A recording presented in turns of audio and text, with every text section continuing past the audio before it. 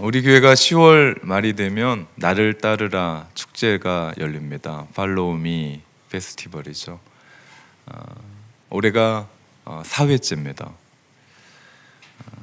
이 축제는 예수님의 제자로서의 삶을 실천하는 레디컬 실험으로 우리가 10년 동안 예수님의 제자로서의 삶을 실천하고 살아보자. 그래서 우리의 삶이 변화가 있거든 우리가 평생을 예수님의 제자로 살자라고 하는 취지에서 시작된 축제입니다. 올해가 4년째입니다. 그리고 이 축제가 10월 말에 있는 이유는 종교개혁 기념주일이 10월 마지막 주에 있습니다. 그래서 종교개혁과 함께 맞추어 가서 그 의미가 비슷하고 또 우리의 신앙이 개혁되고 변화돼야 되는 그 원리가 그 안에 있기 때문에 우리가 연초가 아니라 10월 말에 그 일들을 진행을 합니다. 올해가 종교개혁이 일어난 지 500주년이 되는 해입니다. 뜻깊은 해죠. 우리 종교개혁에 5가지의 모토가 있습니다. 첫째가 오직 성경으로, 둘째가 오직 예수 그리스도로, 셋째가 오직 은혜로, 그리고 넷째가 오직 믿음으로, 그리고 오직 하나님의 영광으로. 이거 나와야 되는데 안 나오네요. 네, 나오고 있나요? 네. 오늘 이 모토를 살펴보면서 하나하나를 살펴보면서 우리 종교개혁과 그리고 나를 따르라의 축제를 준비하도록 하겠습니다. 오늘은 그 첫 번째 시간으로 오직 성경으로입니다. 이 말씀을 나눠보도록 하겠습니다. 오직 성경으로. 이 뜻은 하나님의 말씀으로 돌아가자. 성경의 말씀이 최고의 권위다라고 종교개혁자들이 외친 겁니다. 물론 그 당시 중세의 교회가 성경을 무시한 건 아닙니다. 그런데 성경의 권위와 함께 교황의 말 그리고 의회가 선택한 그 전통까지도 성경과 동등한 권위에 놓았습니다. 그래서 종교개혁자들도 그 전통이 의미가 없다는 얘기가 아닙니다. 그 전통이 의미는 있지만 그 교황의 말과 전통 역시도 성경 아래에 있어야 된다라는 운동입니다. 그래서 성경으로 오직 절대적인 권위는 성경 안에 있어야 된다. 오직 성경이 절대적인 권위다람을 우리가 강조했죠. 가만 보면 그때 종교개혁자들이 중세에 타락한 교회를 개혁시키고 바꾸었던 그런 일들을 보면 비단 이것은 중세 교회에게만 전해줬던 얘기는 아닌 것 같아요. 왜냐하면 오늘날 그리스도인으로 살아가는 우리에게 하나님의 말씀은 어떤 위치에 있는가, 이것을 우리는 생각해 보게 합니다.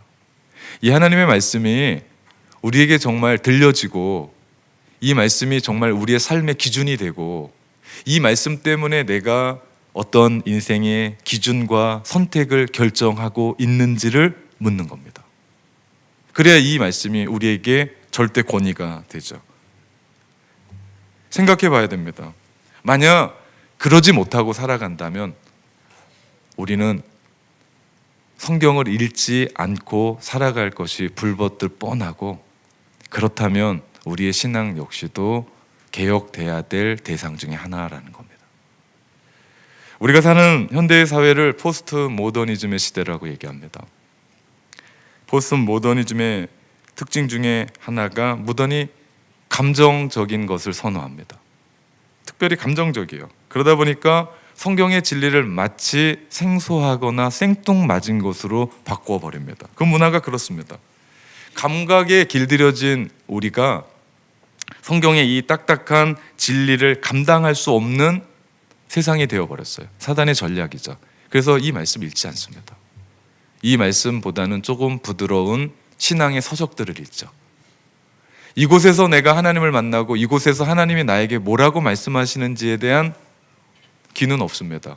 누군가가 나에게 들려주는 제3자의 간접적인 이야기가 우리 가운데 들려지고 그 이야기 속에서 내가 하나님을 만나게 되죠.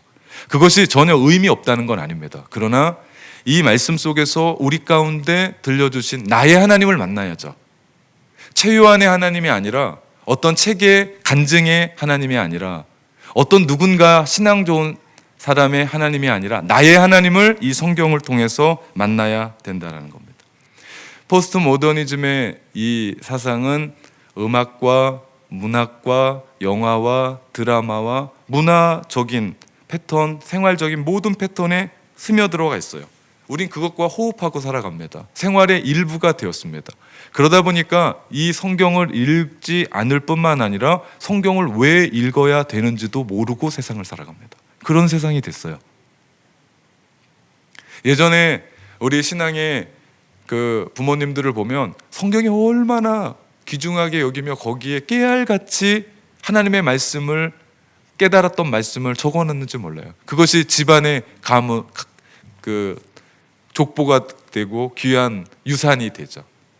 근데 오늘날의 이 성경책은 그 전해줄 수가 없어요. 너무나 깨끗해요. 네, 다음 세대에 물려주려고 정말 빚을 내는 것처럼 깨끗해요. 아무것도 없어요. 포스트 모더니즘의 또 하나의 특징이요, 절대 진리를 수용하지 않습니다. 모든 게 다 상대적입니다. 그래서 하나님의 말씀을 읽거나 듣다가 나랑은 안 맞잖아요. 그러면 눈을 닫고 귀를 닫아버립니다. 그러다 보니까 하나님의 절대 기준의 말씀으로 나 자신을 바꿔야 되는데 나의 삐뚤어진 가치관으로 이 성경을 재단하고 있는 거예요. 이건 아니다. 에이, 이건 아니지. 이건 아니야. 그러니 우리의 마음을 변화시킬 데가 없어요. 무슨 기준이 있어야 그것으로 내 삶을 바꾸죠. 그러니까 사사시대에 자기 소견에 옳은 대로 살았다라고 하는 그 시대랑 오늘날의 시대가 다르지 않습니다. 악하죠. 그래서 하나님의 말씀을 들여대도 그 말씀의 권위를 인정하지 못하니까 그 말씀대로 살지 못하는 시대가 되었죠. 이런 시대 속에 성경을 읽자고 외치는 목사나 성경을 읽지 못해서 그 얘기를 듣고 있는 사람이나 불편하긴 매 마찬가지입니다. 다 불편해요. 저도 불편하고 여러분도 불편하리라고 생각합니다. 그러나 우리가 알아야 될 것은 종교개혁에 있어서 가장 큰 성과라면 오직 성경으로 제일 먼저 나오잖아요.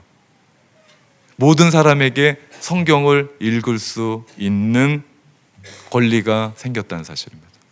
당시 성경은 사제들의 손에만 있었어요. 라틴어로 되어 있었고 읽을 수가 없었습니다. 당시의 말이 아니었기 때문에. 그래서 16세기에 종교개혁의 선구자였던 마틴 루터가 제일 먼저 한 게 성경을 당시의 일반 평민들이 읽을 수 있는 독일어로 바꾸는 거였습니다. 그리고 나서 그때 마치 일어났었던 구텐베르그의 금속 활자의 개발로 종교개혁의 사상과 성경이 필사가 아니라 인쇄돼서 뿌려지게 되죠. 그래서 종교개혁은 성공할 수밖에 없었습니다. 그것을 신의 한 수라고 얘기도 합니다.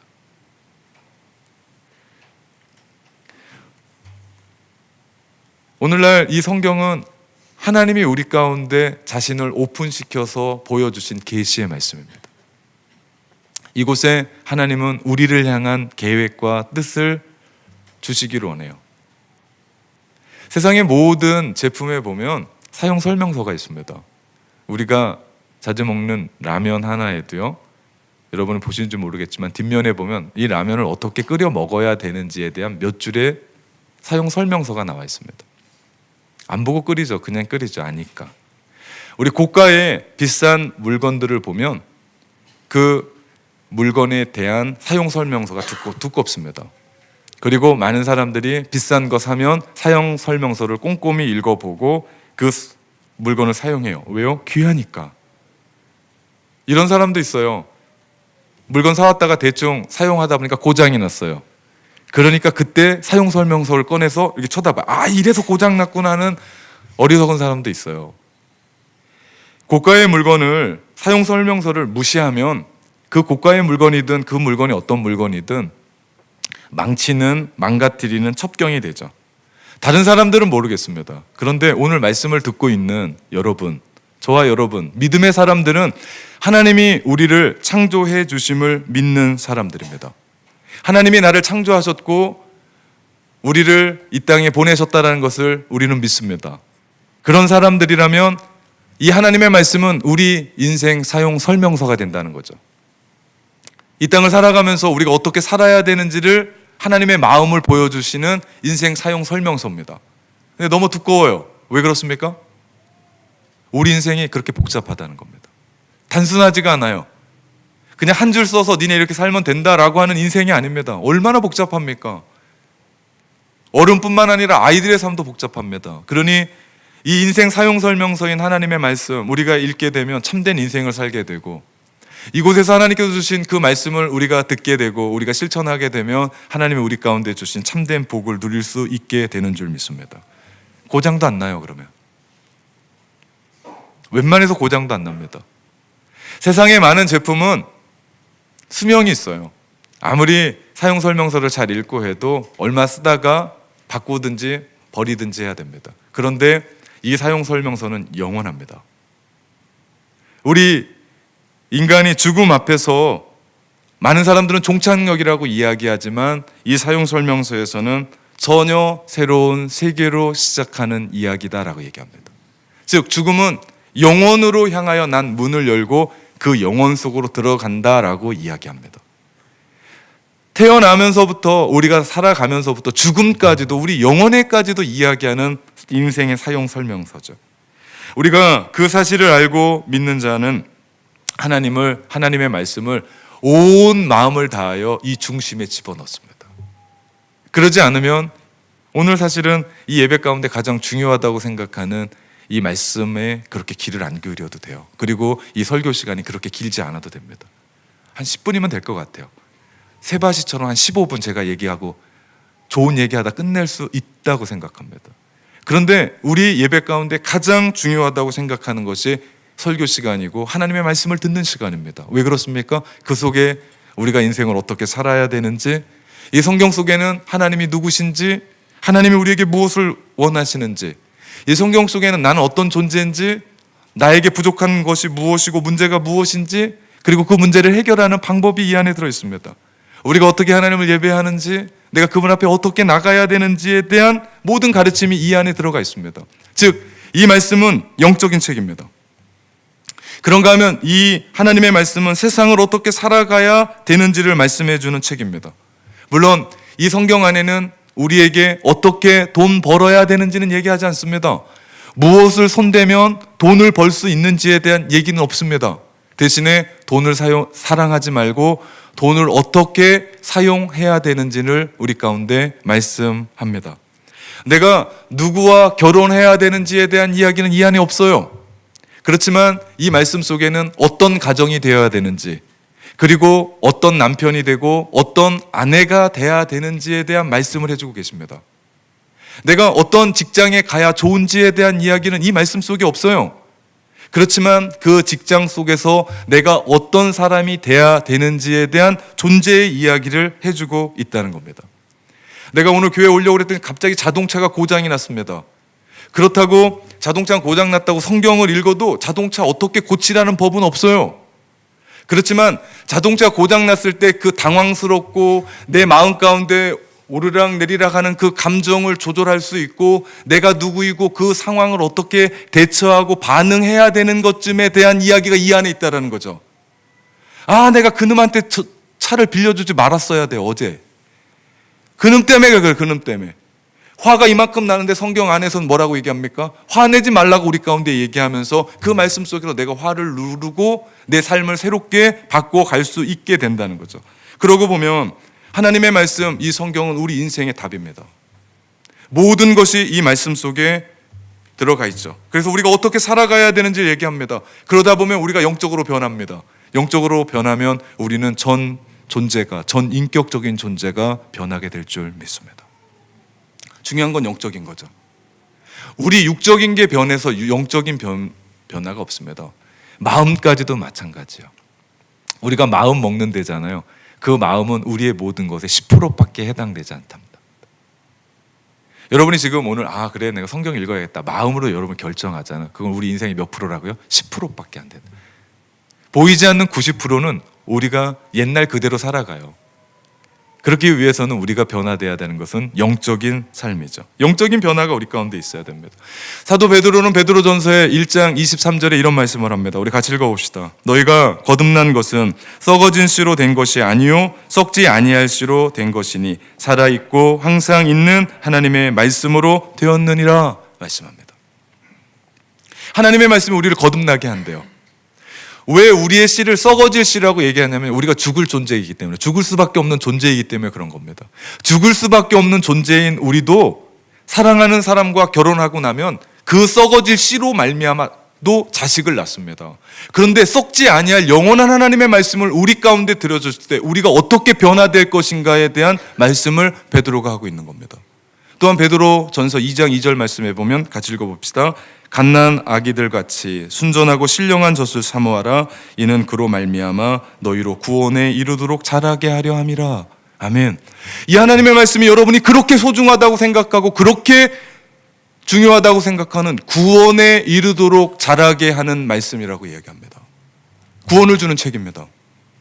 이 책을 무시할 책이 아닙니다.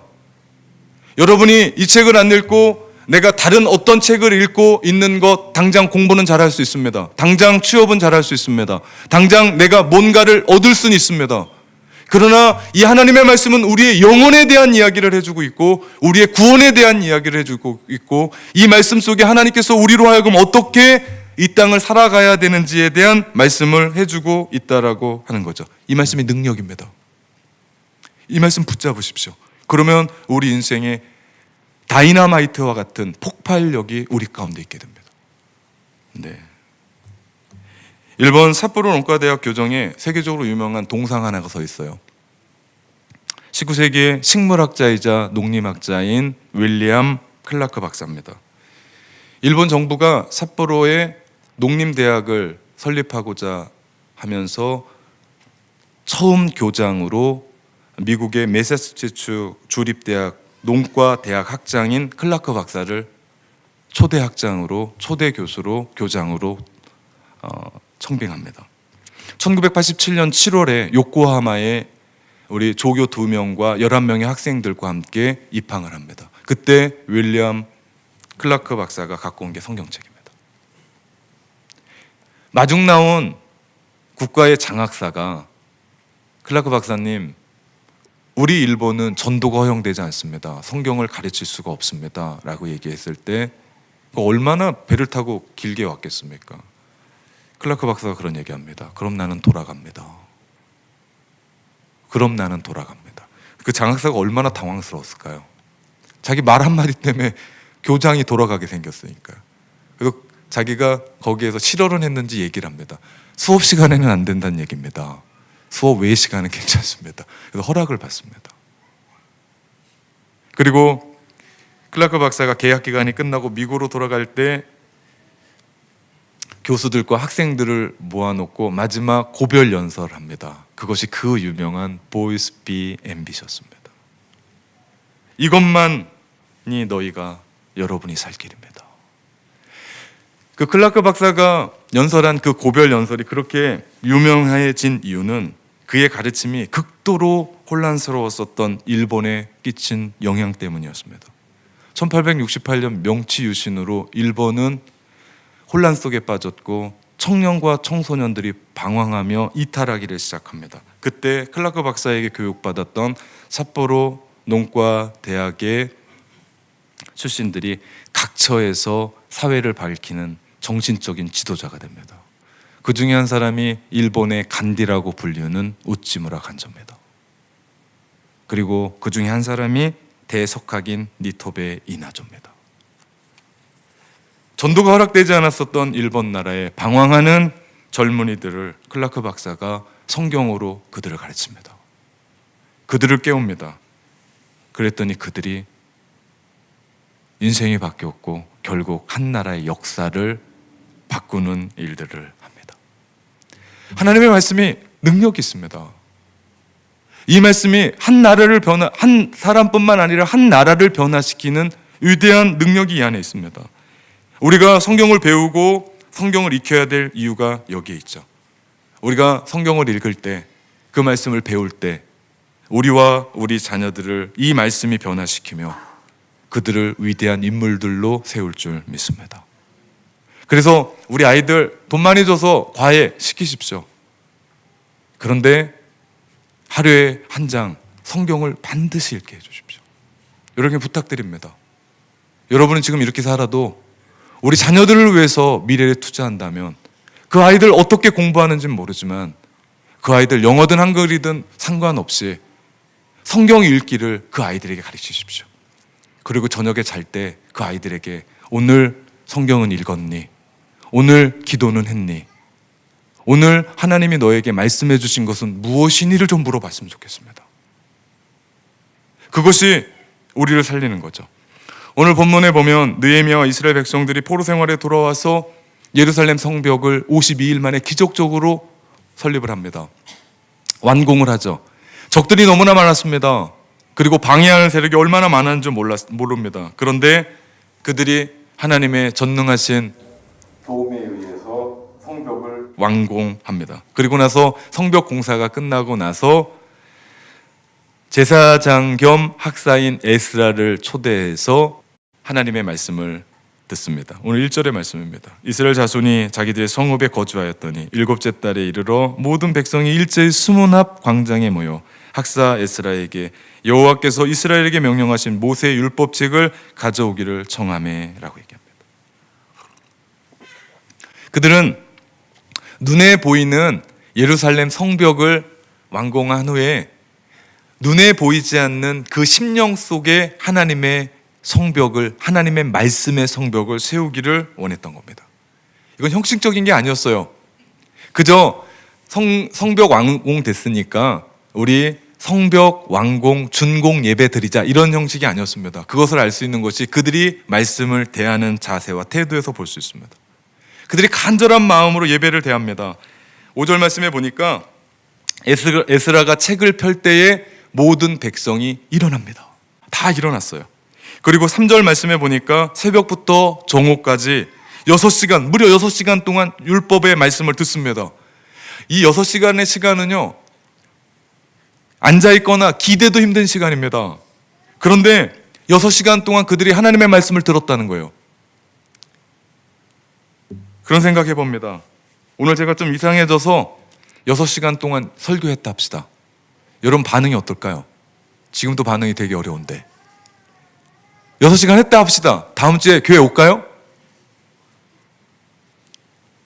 그런데 그들이 하나님의 말씀에 갈망으로 불타서 그 6시간 말씀 서서 경청하며 에스라가 위대한 하나님을 높일 때 그들 모두가 두 손을 들고 아멘 아멘 하며 허리를 숙이고 얼굴을 땅에 대고 여호와를 경배합니다.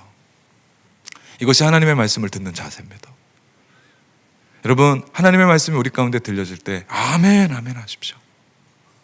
그 말씀이 내 말씀입니다. 그 말씀으로 내가 변화되어야 됩니다. 그 말씀이 생명입니다. 그 말씀이 진리입니다. 하나님 그 복을 나한테 주십시오. 아멘 아멘. 우리가 하나님을 경배해야 됩니다. 그러면 놀라운 일들이 우리 가운데 있죠. 설교하는 이 앞에 있는 사람이요, 힘을 내서 설교를 더 잘 준비할 수 있는 이유는 여러분이 아멘 할 때입니다. 아, 우리 성도들이 잘 듣고 있구나. 그리고 경청하고 있구나. 그리고 그 말씀대로 살려고 저러고 있구나. 아무 표정이 없으면요, 저도 되게 어려워요. 저도 사람이잖아요. 제 신이 아니고, 그렇잖아요. 네. 우리 교회는 나이가 든 분이 별로 없지만 이건 나이가 들고 자시고의 문제가 아니라 아멘, 아멘 하면서 말씀을 들어야 됩니다. 그러자 8절에 놀라운 일들이 일어납니다. 뭡니까? 하나님의 말씀을 깨닫는 역사가 일어나요. 하나님의 말씀을 깨닫고 하나님의 말씀을 이해하고 변화가 일어나자 9절 말씀에 어떤 일이 일어납니까? 하나님의 말씀으로 자신들을 되돌아보고 마지막에 뭐라고 얘기합니까? 웁니다. 백성들이 율법의 말씀을 듣고 다 우는지라.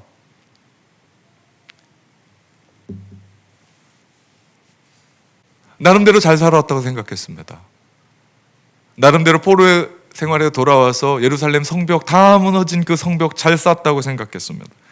그런데 하나님의 기준으로 보니까 멀어도 한참 멀었습니다.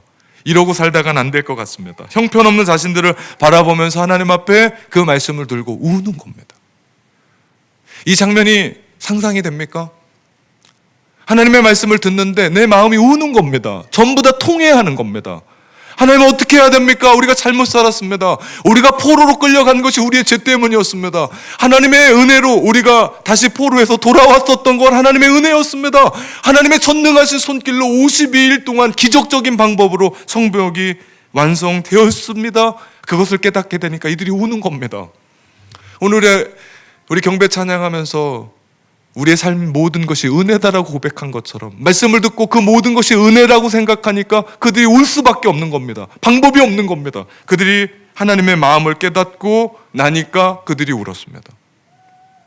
하나님의 말씀의 능력이 여기에 있습니다. 우리도 하나님의 말씀을 듣고 하나님의 말씀을 읽을 때 그 말씀이 들려지고 깨달아지고 이해되고 그 말씀 기준에서 나를 바라보며 회개하고 변화되는 일들이 우리 가운데 있기를 주님의 이름으로 축원합니다. 희망이 여기에 있습니다. 교회 다니는 희망이 여기 있습니다. 주님의 말씀을 붙잡고 이것이 희망입니다라고 얘기하는 것이 여기에 있습니다. 다른 데 없습니다. 우리가 말씀을 읽어야 됩니다. 우리가 그 말씀을 들어야 됩니다. 우리가 그 말씀을 연구해야 됩니다. 우리가 그 말씀을 암송해야 됩니다. 우리가 그 말씀을 공부해야 됩니다. 그 진리의 말씀 우리의 손에 쥐고 있어야 돼요. 지금은 모릅니다. 제가 이렇게 얘기해도 지금은 모릅니다. 근데 머나먼 훗날 여러분과 우리 자녀가 어느 자리에 있는지를 보게 될 겁니다. 그때 가서 후회할 거냐 아니면 감사할 거냐, 그것은 오늘의 선택에 달려 있습니다. 무슨 일이 있어도 우리 나를 따르라 두 번째, 하루에 성경을 4장 읽어서 1년에 성경 1독한다.